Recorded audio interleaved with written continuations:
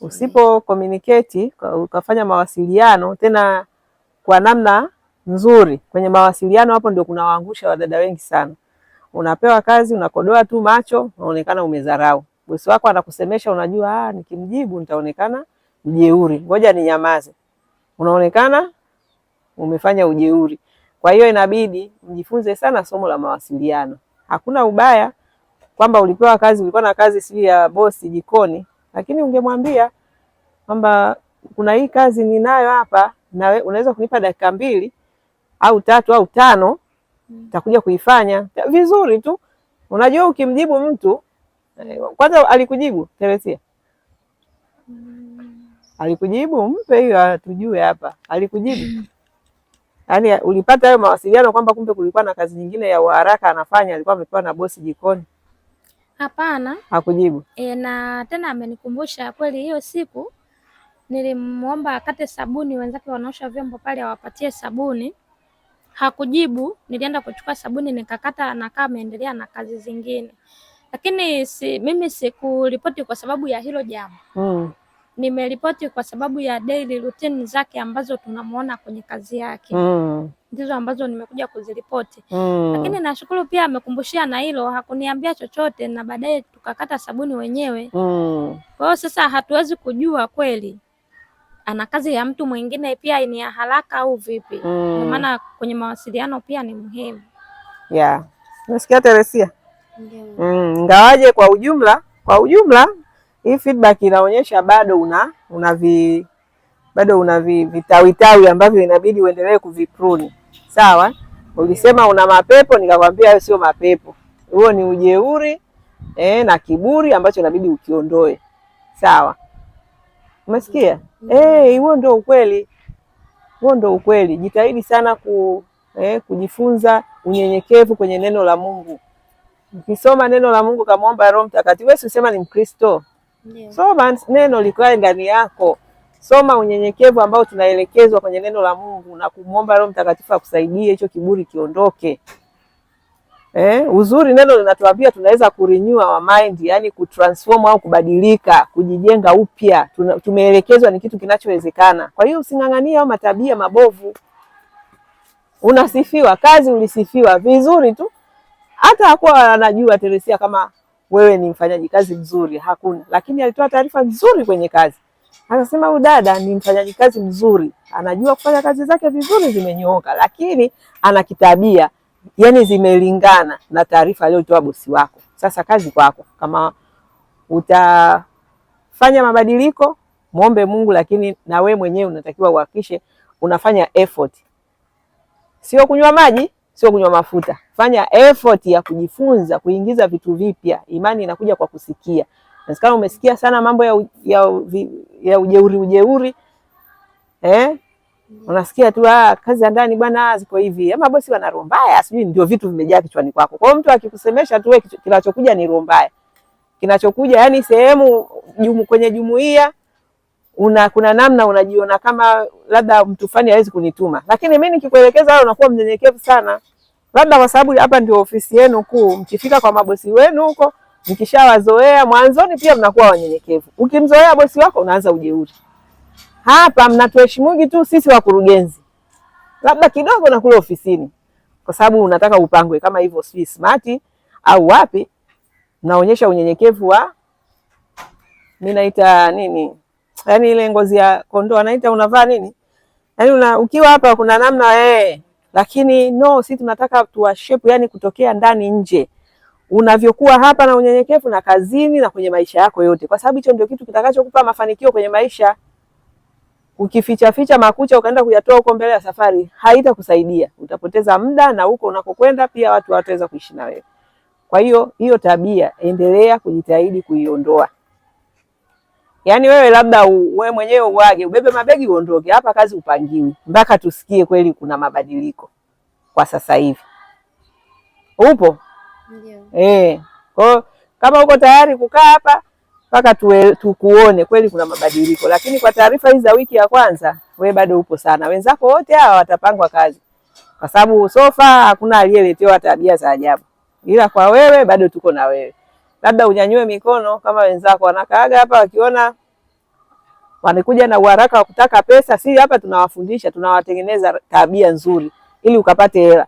Lakini kama utaona mimi bana sionekani au sifanyeje, basi geti ile pale utaenda zako. Lakini ukienda na hizo tabia, bado neno langu ni hilo hilo, hautafanikiwa. Kwa nini? Sio maneno yangu mimi, ni neno la Mungu linatuelekeza. Unapokuwa unaishi na watu kwa tabia za ajabu ajabu, hakuna mtu ambaye atakutaka. Umeelewana? Ndio. Haya. Kwa hiyo sofa hiyo ndio feedback ya ofisini.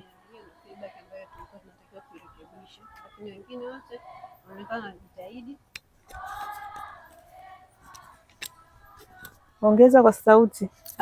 Hiyo ndio feedback ambayo tulikuwa tunatakiwa iliyokuwa inahitaji marekebisho ili kuweza kujengana zaidi, lakini kwa hao wengine wote ambao tuna feedback zao bado wanaonyesha kuendelea kujifunza, wanaonyesha wana ule moyo wa kujifunza, wako tayari kujifunza, kwa bado wanajitahidi kwenye majukumu yao.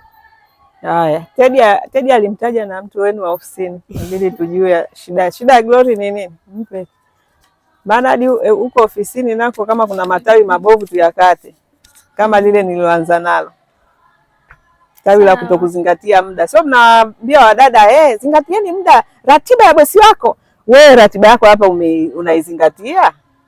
Jamani, si wanasema nani anze nyumbani. Charity inaanza begins at home. Jamaa tuongee Kiswahili. Ada wengine. Nini? Ibada njema inaanzia nyumbani. Mnayowafundisha muyafanye hapa hapa wayaone. Haya. Kule ofisini kwao kuna shida gani kwa Glory? Ofisini kwao madam, nako pia hakuko sawa. Kwa hiyo shida nini? Shida ni kwamba hizi tabia sio utendaji wa kazi. Ni tabia ambayo tunamrekebisha Teresia, ndizo ambazo tabia pia zimeonekana huko ofisini kwao pia. Kivipi? Kwa nani? Ndio kwa huyo ulomtaja nani? Kwa upande wa Glory. Kwa upande wangu mimi amenionyesha hizo tabia ambazo sio nzuri, lakini pia kuna watu wengine pia ambao nao pia wamemlalamikia.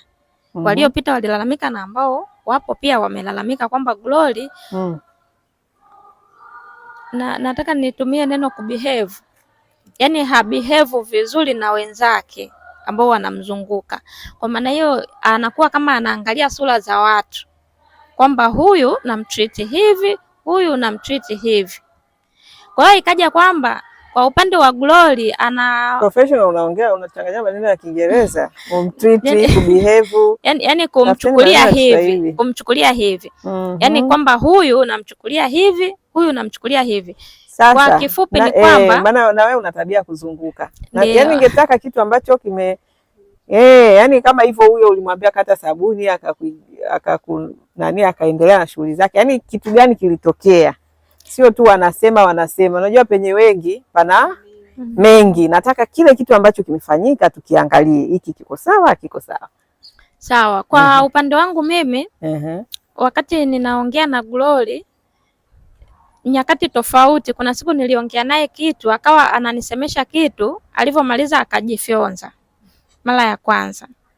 Mara ya pili tena hiyo ilionyesha kwamba amenifyonza mimi kwa sababu alijifyonza akaondoka na tulikuwa wawili. Siku nyingine tena akawa ananisemesha kitu, alivyomaliza tena akajifyonza tena. Inakuwa ni kitu gani hicho mpaka cha kufyonza? Labda anaweza akawa anakuambia jambo kwamba hili jambo ni 1 2 3. Kama akimaliza mmeambiana majambo hizo mara mbili, kwa jambo gani mpaka anamalizia na fyonzo? Msonyo au fyonzo? Kuna fyonzo na msonyo tofauti. Kuna tofauti ya msonyo na fyonzo. Unakuwa kama unamwambia nini yani kimetendeka. Yaani kuna kitu alikuwa ananielekeza kwamba Teddy leo una ratiba gani? Sijui una ratiba gani? Nikamwambia 1 2 3, akaniambia basi mfanye haraka, alafu alivyoondoka akajifyonza.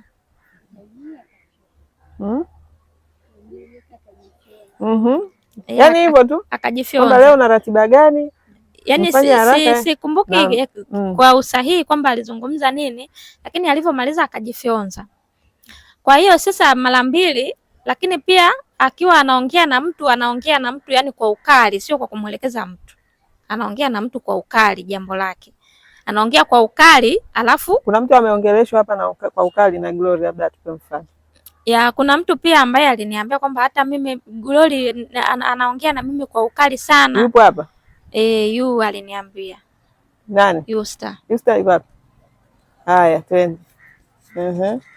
Umekucha. Uliongeleshwa kwa ukali kivipi? Naogopa ukali. Huko mabosi zenu mtaenda kutolewa nani huko? Ni wakali kweli kweli. Unaona mimi mwenyewe leo content yangu imeanzaje? Mmenichelewesha, mmekuja muda ambao sio. Sasa kwa nini mtu asiwe mkali? Haya, twende kwenye ukali wako wewe na nani? Na Glory. Ukweli iko hivi. Weka hivi mic yako Siku hiyo tulikuwa jikoni. Kwanza kabla hapo akaniambiaje Yusta? Watu wakishamaliza maana watu walikuwa wamefua. Nguo zikikauka naomba unisaidie kuanika, nikamwambia sawa, nitakusaidia. Akaondoka kaenda ofisini. Sasa nikawa nazungukia maeneo yale nikakumbuka aliniambia nini nimwanikie nguo. Kweli nikaenda nikafanya hilo jambo lake aliloniambia, nikaanika. Sasa jikoni tulikuwa tunapika. Wakaniambia leo utapika, nikamwambia sawa, hamna shida. Akaanza yani tulikuwa tunapika maharage. Nakumbuka tulikuwa na Dada Devota akaja akaweka viungo akawa ananielekeza hapo nafanya hivi, nikamwambia sawa. Sasa baada ya kuweka nazi, sasa pale nzi baada ya kuanza kuchemka nikafanyaje, nikafunikia ili nzi wasije wakatua pale kwenye chakula. Akaniambia hamisha jiko nani sufuria, leta ndani, nikamwambia sawa. Nikabeba hapo nielekeza nani? Da Glory. Nikabeba nikaingiza ndani. Unafunikaje mboga hata haijachemka sio na nini? Nikamwambia nimeona pale nje nzi wataingia. Akaanza kumuuliza Dada Devota. Wao hivi anajua kweli kupika? Ukweli ile kitu ili disappoint. Sasa kudisappoint kuulizwa kama unajua kupika. Si mnakuja hapa wengine hamjui kupika. Akaniambia hivi wewe anajua kupika? Mbona anaonekana kama vile mvivu? Sasa uvivu wangu uko wapi? Mbona akaniambia nianike nguo, nimeanika. Kila anachonituma kweli mimi sijaikataa. Tena naachia. Sasa kuambiwa huyu anajua kupika kweli, hiyo ina shida gani? Na nyie hapa mnakuja mjui kupika, na mashefu wanaokuwa hapa ni kwa ajili ya kuwaelekeza jinsi ya kupika. Na inawezekana kwenye stage ya chakula mlichokuwa mnapika kilikuwa kinatakiwa, unajua kuna kitu, kwa mfano nimezungumzia ni maharage. Ndiyo. Ukitia tu ila nazi unatakiwa kupepelea lisikatike. Ndiyo. Sasa wewe labda umetia tu umefunika, si linakatika? Ndiyo. Kwa hiyo ndio maana nasema alivyosema hivi huyu kweli anajua kupika, maana yake ni uweze sasa kukaa kwenye mkao wa kusaidiwa namna ya kupika kama ni maharage. Yaani msitaje tu maharage makande. Hapa tumekuwa na shuhuda za watu walikuja hapa wanajua kupika hizo sijui maharage makande, vyakula vya kawaida ambavyo vinaliwa na familia mpaka za kawaida, si ndio? Achilia mbali mabiriani, maana niliwaambia jamani msitajie sana vyakula ambavyo haviliwi kwenye familia za watu. Familia nyingi sijui maharage, mboga za majani wanapika. Lakini kuna wadada wanakuja hapa akikupikia uwezi kula. Lakini kuna mashefu maprofessional wakipika maharage tu. Yaani maharage tu, nyama unaikataa. Unaelewana? Kwa hiyo mtu anaposema huyu anajua kupika kweli, sidhani kama hapo anakuwa, yani sioni hapo kuna kosa gani, kwa sababu sisi kazi yetu hapo ni kuhakikisha sio tu kwenye kupika, si na huo kufanya usafi na nini. Hata hizi tabia tunazozungumzia hapa ni kuangalia ipi ambayo iko sawa, ipi ambayo haiko sawa. Kwa hiyo kama haujui kupika, uelekezwe, angalau utoke hapa una ABC. Kwa hiyo wewe kwa nini ujisikie vibaya kama alisema hujui kupika? Wewe singemwambia mimi najua. Na umpe hicho chakula chako ulichokuwa unapika testi, mwambie mimi najua kupika. Unaonaje maharage? Mtu mwenye tabia hiyo, Devota, chef Devota. Kila akiweka chakula anakuja kuuliza unakionaje chakula? Lazima uulize feedback. Na mimi mwenyewe nilipokuja mwanzo nilikuwa nasema najua kupika. Kwa nini siulize? Mama mimi nataka chakula kinachopikwa. Yaani nina mashefu afu nikaacha na hapa na wagombezaga. Wanapikaga chakula vya ajabu ajabu. Naambia hivi nyie mna akili kweli? Mnaacha wadada wageni ambao hawajui kupika mjawaelekeza, wanakuja kuwapikia chakula ambacho mnakula hapa mchana na jioni. Hiyo ni akili kweli? Sio akili. Mtu hakikisha anajua. Akikwambia anajua, kaa naye jikoni uangalie anavyopika. Maana yake wengine ni hodari kusema anajua kwa sababu anataka hela. Si wamekuja hapa wanaenda kwenye kazi hizi za nyumbani. Atakujibu tu najua. Lakini akikupikia huli.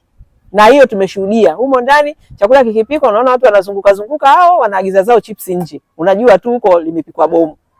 Kwa hiyo nishawaambia biashara, yani chochote kinachopikwa hata kama ni makande sijui ni nini, lazima kipikwe vizuri. Mimi watoto wangu walikuwa wali makande hawa, sasa hivi wanakula kwa sababu yanapikwa vizuri, walikuwa hayapikwi vizuri. Tunaelewana kwa hiyo nataka hapo tuelewane. Sio kwamba yani kuna kitu unaweza kuwa ulikuwa unaambiwa kwa sio kwa nia mbaya, kwa sababu unatakiwa ujifunze kupika kama hujui kupika. Kwa hiyo ni hicho tu kilichokukwaza? Ni hicho? Ndo namuuliza kwanza. Ndio hicho kwamba ulivyoambiwa hujui kupika. Huyu anajua kupika kweli? Wewe basi ndio ukajisikia vibaya. Kwa hiyo ni chef. Wewe umesomea mapishi? Kusomea sijasomea. Ila unajua kupika. Unaweza kupika kama Chef Devota? Kumfikia siwezi kumfikia. Huwezi kumfikia. Kwa hiyo tunakubaliana kwamba mapishi watu wanatofautiana viwango. Sasa wewe kwa nini kuuzi hiyo? Kwa nini wewe ujisikie vibaya alivyosema huyu anajua kupika kweli? So kwamba sawa aliniambia hivyo, ila aliendelea kuongea. So kwamba alisha, mimi nililipokea. Nikasema sawa, kwa sababu niko hapa kufanyaje? Kujifunza. Nikalipokea, nikasema sawa, mimi sijui, nipo kujifunza. Mtu anayepokea na anayejua kwamba niko hapa kujifunza, asingejisikia vibaya. Lakini kama ulijisikia vibaya, maana yake ukupokea. Na ndio hiyo shida tunayoipata. Taenda huko bosi wako anaongea, unasema kwanza anabwata, anagubu, alafu unaweka ndio hivyo, unajisikia vibaya, kesho unabeba zako begi huyo, unaondoka. Wadada wengi hawataki kuambiwa. Wadada wengi hiyo ndio shida yao kubwa. Potential ya kufanya kazi, kupata hela mnayo, lakini kuambiwa ndio hamtaki. Sana sana unaweza kuvumilia, kama mimi ningeongea hivyo labda usingejisikia vibaya, lakini kitu ni hicho hicho. Mimi kwa sababu labda ni bosi ndio ungeona ungecheka cheka tu. Lakini kwa kuwa kakwambia huyu naye anasimamia, sisi hatuwezi kusimamia kila kitu. Si unaelewa? Ndiyo. Na jamani, mnaielewa hiyo? Sio kwamba namtetea, nataka muelewe kwa nini mko hapa. Kwa sababu kiukweli mimi ningesema hivyo, au labda hata Devota pengine asingejisikia hivyo. Lakini ndio hicho alichokuwa anasema. Pia mnaangalia nani anasema hichi kitu ni nani. Ingawaje wengine waliokubuhu kama Teresia pale hajali nani anasema. Yeye anakuchamba kama ni bosi hajali. Huyo msimuone hapo. Bosi wake alimchamba bosi nyumbani kwake. Chamba kweli kweli. Bosi huyo hana hamu. Na sisi tumesema hapa hatumtoi. Atakaa hapa mpaka hicho kiburi chake tukinyooshe, ndio akinyooka ndio tutampanga kazi. Vinginevyo hapa upo au uondoke. Haya. Mpe huyu atuambie.